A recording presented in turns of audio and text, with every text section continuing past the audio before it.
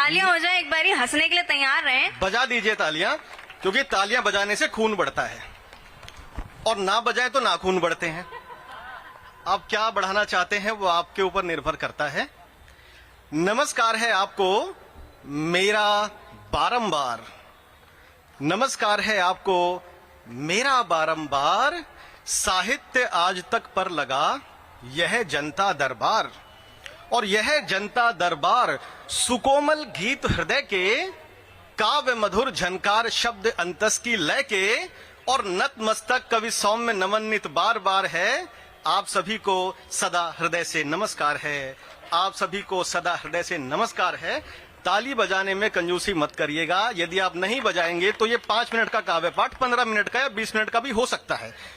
अगर आप चाहते हैं कि मैं जल्दी ही 5 मिनट में यहाँ से निकलूं तो तालियां बजाते रहिए, कंजूसी मत करिएगा। बजा दीजिए, जोर से बजा दीजिए एक बार प्लीज। तो देखिए कि नमी आंखों में आंसू की छिपाना भी जरूरी है, नमी आंखों में आंसू की छिपाना भी जरूरी है, लबों पर मुस्कुराहट को सजाना भी जरूरी है, और शिकन गम की जहां चेहरे की रंगत को चुराती हो वहां हंसना जरूरी है, हंसाना भी जरूरी है, वहां हंसना जरूरी है, हंसाना भी जरूरी है।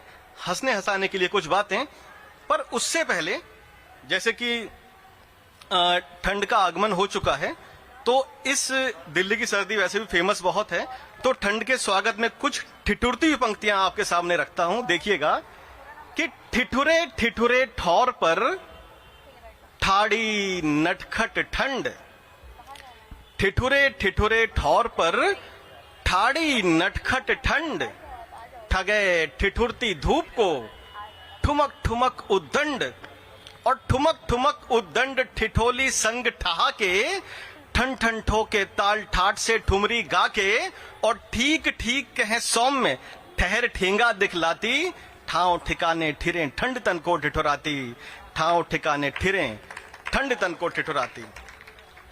थोड़ा सा हंसी मजाक की बात करते हैं। अब मुझसे पहले एक साथी बता रहे थे पत्नी के बारे में कुछ, तो मैं तो पत्नी पे लिखूं तो हाथ पैर कांपने लग जाते हैं, क्योंकि एक बहुत बड़ा विषय है, उस पर लिखना बहुत मुश्किल काम है। हो गई होगी ना? एक बार हो गई थी गलती से, तो वक्त बिताने के लिए कभी साहित्य आज तक में आ जाता हूं, कभी इंडिया गेट कहीं चला जाता हूं, घर जाने की हिम्मत ही नहीं होती। खैर देखिएगा, पत्नी पे कुछ पंक्तियां लिखने की कोशिश की कि कभी काजू कभी किशमिश कभी अंगूर लगती हो, कभी काजू कभी किशमिश कभी अंगूर लगती हो, कभी तुम रसमलाई सी कभी अमचूर लगती हो, कभी काजू कभी किशमिश कभी अंगूर लगती हो, कभी तुम रसमलाई सी कभी अमचूर लगती हो, और खपत अब तो सिलेंडर की मेरे घर में नहीं होती, जरा गुस्से से देखो तो सनम तंदूर लगती हो, जरा गुस्से से देखो तो सनम तंदूर लगती हो। पर वो हिंदुस्तानी पत्नी है, हाजिर जवाबी तो उसके खून में है, ऐसा हो नहीं सकता कि वो जवाब ना दें।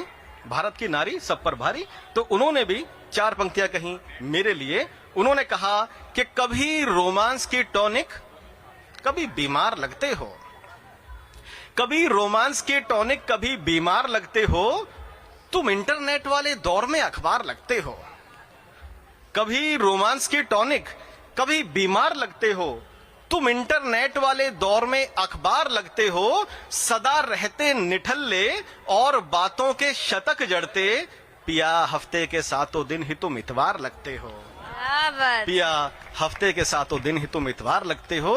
तो ऐसा जवाब सुनकर के फिर मैंने पत्नी पे नहीं लिखा, मैंने सोचा प्रेमिका पे भी लिखूं, प्रेमिका पे लिखा। चंद पंक्तियां देखिए।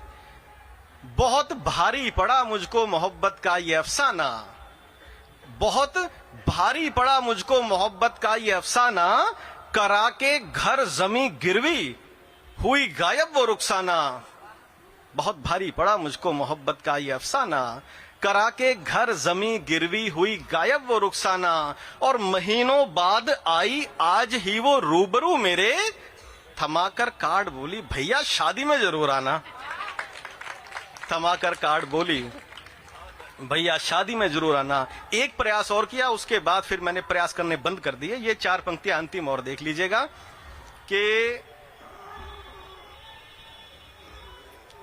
मोहब्बत की सभी कस्में बहुत जाली निकली। मोहब्बत की सभी कस्में बहुत जाली निकली, सितमगर के लबों से आज है गाली निकली। बड़ी अच्छी हजामत हो गई इजहार करने में, जिसे चाहा सिपैया जी की वो साली निकली, जिसे चाहा सिपैया जी की वो साली निकली। बहुत बहुत धन्यवाद आपका, बहुत शुक्रिया। क्या बात है, एक बारी जोरदार तालियां हो जाएं इनके लिए। और जब शादी हो जाती है तो ऐसे जोक्स निकलते हैं। जब